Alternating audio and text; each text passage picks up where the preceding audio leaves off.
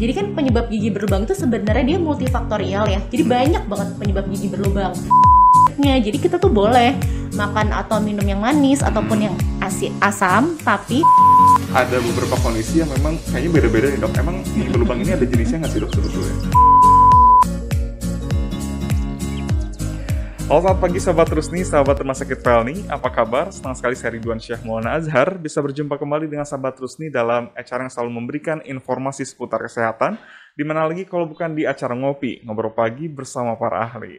Baik sahabat Rusni, ngomongin kebersihan gigi, kayaknya sahabat Rusni juga udah paham ya bahwa perawatan gigi ini penting untuk mencegah gangguan-gangguan gigi nih. Salah satunya adalah lubang gigi. Lalu apa sih itu lubang gigi dan perawatan apa saja yang bisa dilakukan pada lubang gigi?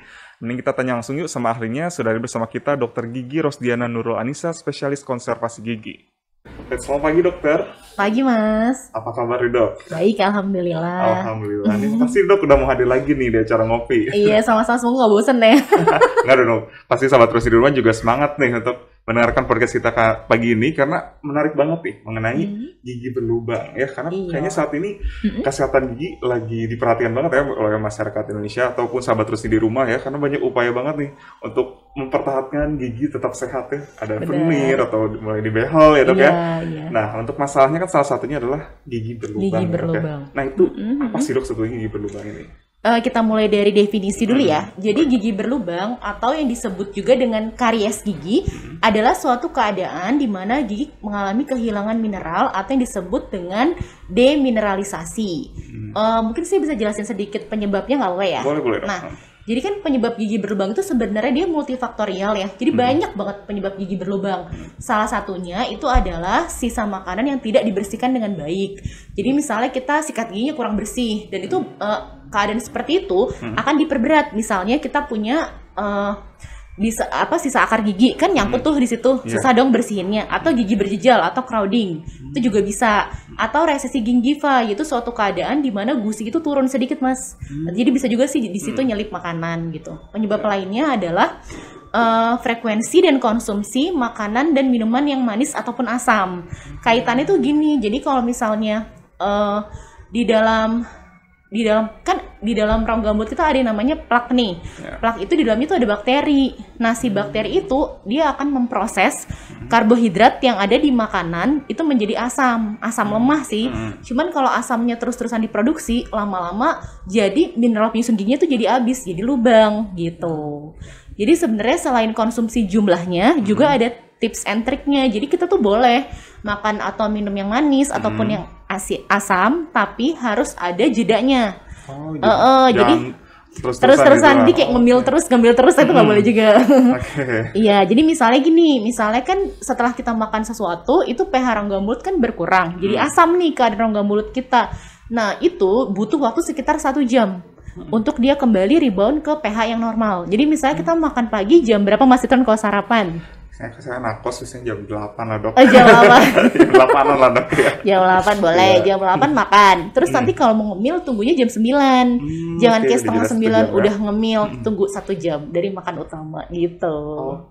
Jadi banyak hal yang sebetulnya sederhana tapi sering kita lupakan ya dok ya. Iya. Apalagi soal makanan kayaknya banyak juga yang sering kalap gitu dok ya, apalagi kalau udah ngemil kan lupa waktu ya. Tahu-tahu udah banyak makanan yang kita iya, boleh gitu. Jadi ada tipsnya dijedain waktunya. Terus perbanyak juga sih minum air putih sama makanan yang berserat kayak sayur dan buah. Karena air putih tadi kan minimal 1,5 liter tuh atau 8 gelas per hari. Jadi si air putih sama makanan berserat itu menstimulasi pengeluaran laju air liur kita gitu. Jadi emang efeknya apa kalau misalnya dia makin banyak air liurnya? Nah, air liur itu ada fungsi self cleansing di rongga mulut kita. Jadi dia mencegah gigi berlubang juga gitu. Jadi kebersihan gigi juga benar-benar harus diperhatikan banget. Iya benar, kayak apa sikat gigi juga ada tekniknya. Udah pernah tahu belum? Gimana nih dok? Ya mungkin bagi yang udah tahu ataupun dulu mungkin jabat sekolah diajarin mungkin lupa, boleh dok kita review lagi nih. Ulang dikit ya. Nah jadi yang paling gampang itu kan bendera merah putih bendera kita dong, pasti inget kan? Merahnya itu gusi, putihnya itu gigi. Jadi kita sikat dari gusi ke gigi. Ke gigi. Jadi kalau rahang atas itu dari atas ke bawah, kalau bawah dari bawah ke atas. Alasannya satu arah gitu. Untuk gigi depan. Kalau belakang sih bisa diputer. Alasannya apa? Soalnya di antara gigi sama gusi ada kantong mas, namanya sulcus gusi. Jadi kalau misalnya kita salah arah, kita bukannya nggak bersihin, tapi kita malah masukin makanan sisa atau kotoran ke sulcus tadi. Jadi jangan salah. Iya. Terus yang kedua juga jangan terlalu semangat 45 gitu kalau sikat gigi, biasa aja. Soalnya nanti bisa ngelukain. Antara gigi sama gusi kan ada leher gigi. Di situ tuh dia paling tipis. Kalau terlalu semangat nanti malah luka gitu. Jadi tekanannya secukupnya aja.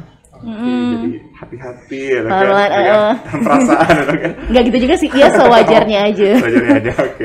Terus juga jangan lupa pilih kayak bulu sikat gigi yang halus, sama ukuran kepala sikat gigi yang jangan terlalu besar, jadi bisa menjangkau seluruh permukaan giginya. Gitu, sama lidah jangan lupa disikat juga. Oh, dibersihin juga lidahnya.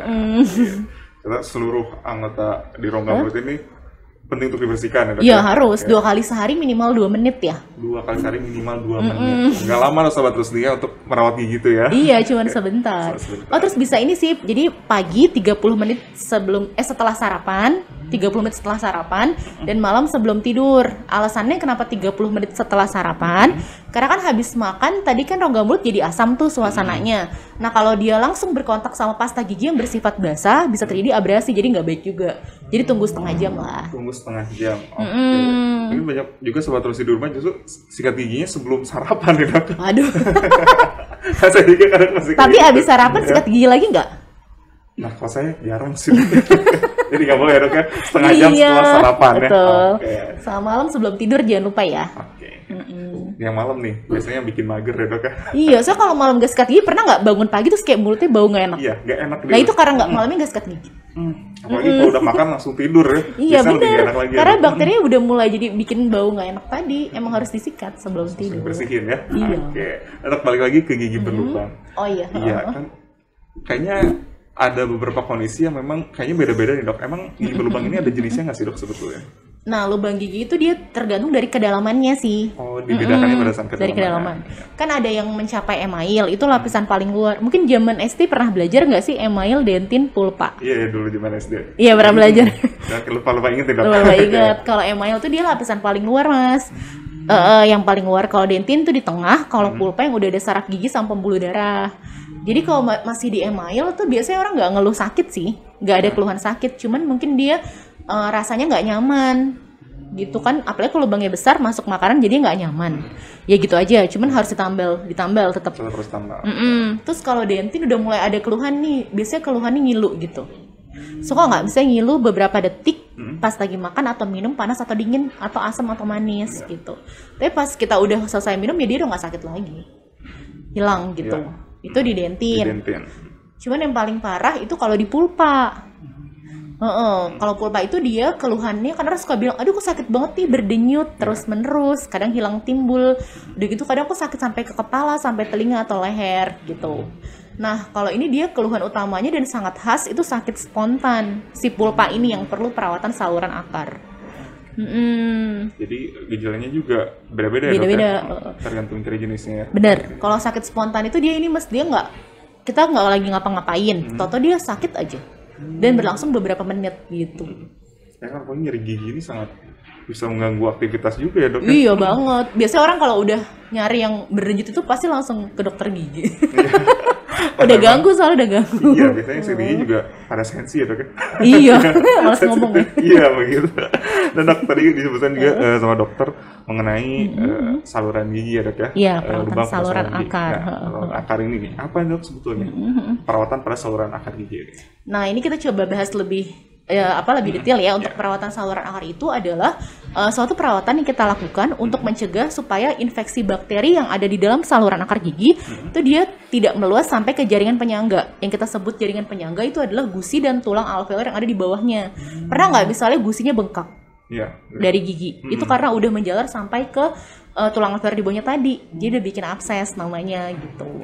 Jadi dia masuk dari lubang gigi yang tadi kecil itu mas, lama-lama kan makin dalam sampai ke, jadi di akar itu ada saluran akar gigi namanya gitu. Dia jalan tuh dari saluran akar gigi sampai ke ujung akar gigi namanya periapikal, sampai ke gusi, sampai ke giginya kadang goyang juga, gusinya bengkak jadi ada benjol gitu. Udah yang sampai pipinya bengkak banget ya dok? Iya. Oke. Oke, nah untuk Bisa. proses penambalannya, Dok. Tadi kan ada 3 jenis nih. Oh iya. Ini proses penambalannya sama aja atau ada persiapan yang berbeda nih, Dok? Agak beda sih. Tadi kalau cuman di email itu kan dia nggak ada keluhan kan. Kita bisa langsung tambal permanen. Bahannya itu bisa ada GIC atau resin komposit yang disinar. Biasanya nanti dipilihin sama dokter giginya sesuai dengan indikasi besar dan posisi lubang giginya. Dokter giginya entar tahu sih, dia akan pilihin yang lebih tepat. Lalu kalau dia yang kedua yang sampai di dentin itu yang tadi saya bilang aduh ngilu gitu kan. Nah itu bisa kita cek dulu nih Mas. Dia ngilunya itu kita bersihin ya, kita ambil jaringan infeksinya, kita cek nih apakah cuman di dentin yang masih nggak terlalu dalam atau sudah dentin dalam yang hampir kena pulpa. Kalau masih di dentin yang sedang itu bisa langsung ditambal aja sama pakai GIC atau komposit yang disinar. Tapi kalau udah di dentin yang dalam itu kita perlu pelapis tipis pulp capping namanya. Jadi kita kasih lapisan tipis dulu, kita tambal sementara, habis itu kita tunggu kayak 2 atau 3 minggu. Kita lihat nih kalau nggak ada keluhan, itu biasanya kita bisa lakukan penambalan permanen. Tapi kalau ada keluhan kita lakukan perawatan saluran akar. Jadi beda. Nah misalnya kalau udah ditambah kayak itu Dok, yang sudah sampai akar nih misalnya. Nah ini masih bisa timbul jadi nggak sih Dok sebetulnya? Insya Allah enggak. Ya, kan udah diambil infeksi bakterinya kan. Penyebabnya udah diambil. Iya, karena nanti kita akan cek juga Mas, evaluasi dari foto ronsen, nanti dia ada healing atau penyembuhannya itu seperti apa. Bisa kita evaluasi sih biasanya setelah pasca perawatan. Pasca perawatan dan ada kontrol juga ya Dok? Nah, ada. Tadi kontrolnya berapa lama nih Dok? Setelah dilakukan penambalan ini? Sebenarnya gini, kalau perawatan saluran akar idealnya setelah itu dilakukannya sih antara penambalan permanen atau kita bikin yang ekstra koronal, bisa crown atau onlay gitu.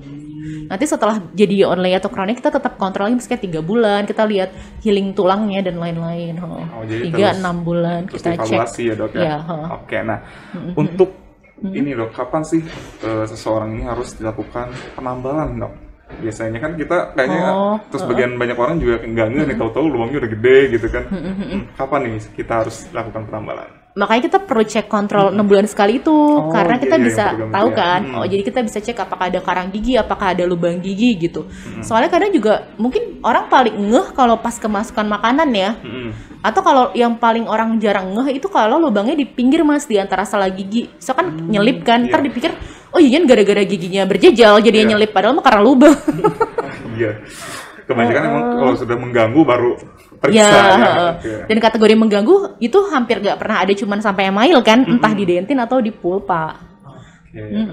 Untuk ini Dok, perawatannya nih setelah dilakukan penambalan pada saluran akar gigi nih, ada perawatan khusus gak yang berbeda nih? Kalau perawatan saluran akar itu sangat berbeda Mas, saya jelasin dari awal ya. Pertama itu pemeriksaan lengkap dulu, kita anamnesa. Apa keluhan dari giginya itu, lalu riwayat sakitnya seperti apa yang tadi saya cerita, apakah dia ada berdenyut terus menerus, silang timbul dan lain-lain, saya periksa dulu. Kemudian saya cek nih giginya, saya cek lubangnya seperti apa, besarnya, dalamnya tuh saya cek giginya masih hidup atau udah mati, masih vital atau sudah mati, ada ceknya. Terus kita cek juga jaringan sekitarnya, yaitu gusi dan juga tulangnya tadi kan. Jadi kita cek, namanya kita ketuk giginya sama kita raba gusinya gitu. Biasanya kalau ketukan diketuk, ada cara ngetuknya sih. Kalau rasanya beda tuh biasanya infeksi sudah sampai ke periapikal atau ke ujung akar gitu. Terus juga dibantu sama diagnosis penunjang, yaitu foto ronsen. Untuk perawatannya ya. Perawatannya. Oke, nih, untuk mungkin sobat terus di rumah nih Dok yang mau melakukan penambalan pada saluran akar gigi nih. Karena misalnya setelah dilakukan perawatan saluran akar ya. Iya, perawatan di rumahnya nih. Bisa perawatan mulutnya di rumahnya nih gimana gitu. nih? Iya, sehari-harinya. Ini saya jelasin dulu ya Mas, soalnya perawatan tahapannya panjang banget nih. Ini indikasinya dari ini deh. Jadi setelah kita tadi selesai tuh kita cek kan, udah kita foto ronsen, terus tahapannya ini dia berkali-kali, datangnya beberapa kali. Yang pertama itu tahapannya kita buka, kita bur ke ruang pulpanya. Itu namanya open access. Jadi kan, tapi biasa kalau giginya masih vital, masih hidup, itu kita bius dulu secara lokal, baru kita bur untuk kunjungan pertama. Lalu kunjungan berikutnya, kita ini Mas, kita saluran akarnya itu kita bersihkan dan kita bentuk. Jadi kita ambil dulu semua jaringan infeksinya, lalu saraf-saraf sisanya kita angkat, terus kemudian kita bentuk dengan instrumen tertentu dan kita irigasi dengan cairan tertentu. Setelah semua selesai, baru kita bisa lakukan pengisian saluran akar. Jadi diisi dengan bahan dan semen tertentu untuk mengisi si saluran akar agar menjadi rapat. Setelah selesai semua, kita masih perlu penutupannya. penutupan dengan penambalan permanen atau dibikin crown ataupun onlay gitu. Oke, jadi untuk ngomongin perawatan selama proses ini cukup kompleks ya dok ya? Iya, kalau saluran akar udah kompleks sebenarnya. Nah, untuk menjaga kesehatan giginya pasca penambalan. Nah, di rumah misalnya, sehat giginya apakah durasinya mungkin lebih lama atau gimana gitu dok? Kadang sama aja sih, nggak ada bedanya, sama aja. Dan untuk makanannya juga sama aja dok ya, tidak ada yang dibatasi. Cuman memang kalau kita bikinnya onlay atau crown, dia kekuatannya jauh lebih besar. Jadi gini, kalau misalnya ini terutama saya tekankan kalau habis perawatan saluran akar ya, itu memang rata-rata lebih seringnya itu yang kita bikin crown atau onlay dibanding penambalan permanen. Karena kalau kita udah perawatan saluran akar itu kayak rumah mas, dia rumah tapi udah nggak ada atapnya.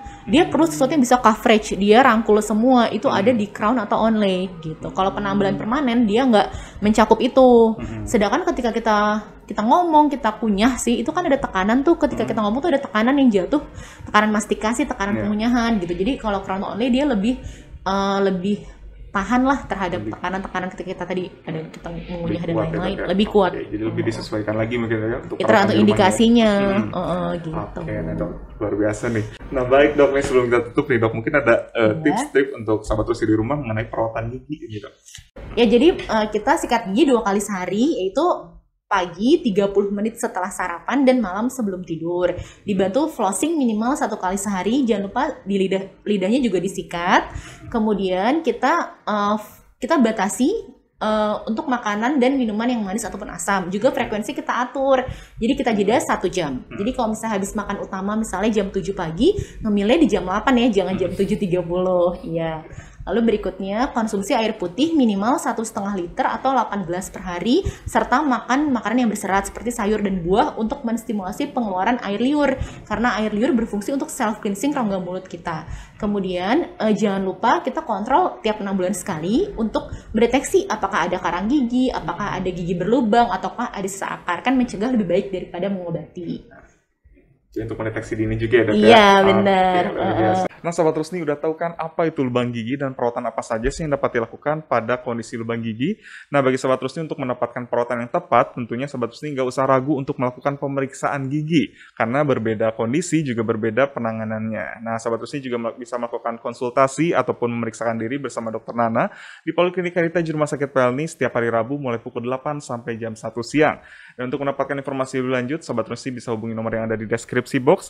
Dan jangan lupa untuk mendapatkan informasi terupdate seputar kesehatan ataupun info penawaran menarik dari pelayanan Rumah Sakit Pelni. Sahabat Rusni wajib untuk follow akun Instagram kami di RS Pelni. Dan jangan lupa untuk like, komen, dan subscribe kanal YouTube kami di RS Pelni. Terima kasih atas perhatian Anda. Sampai jumpa di acara ngopi selanjutnya. Sekali lagi terima kasih Dr. Nana. Luar biasa sekali atas informasinya. Salam sehat.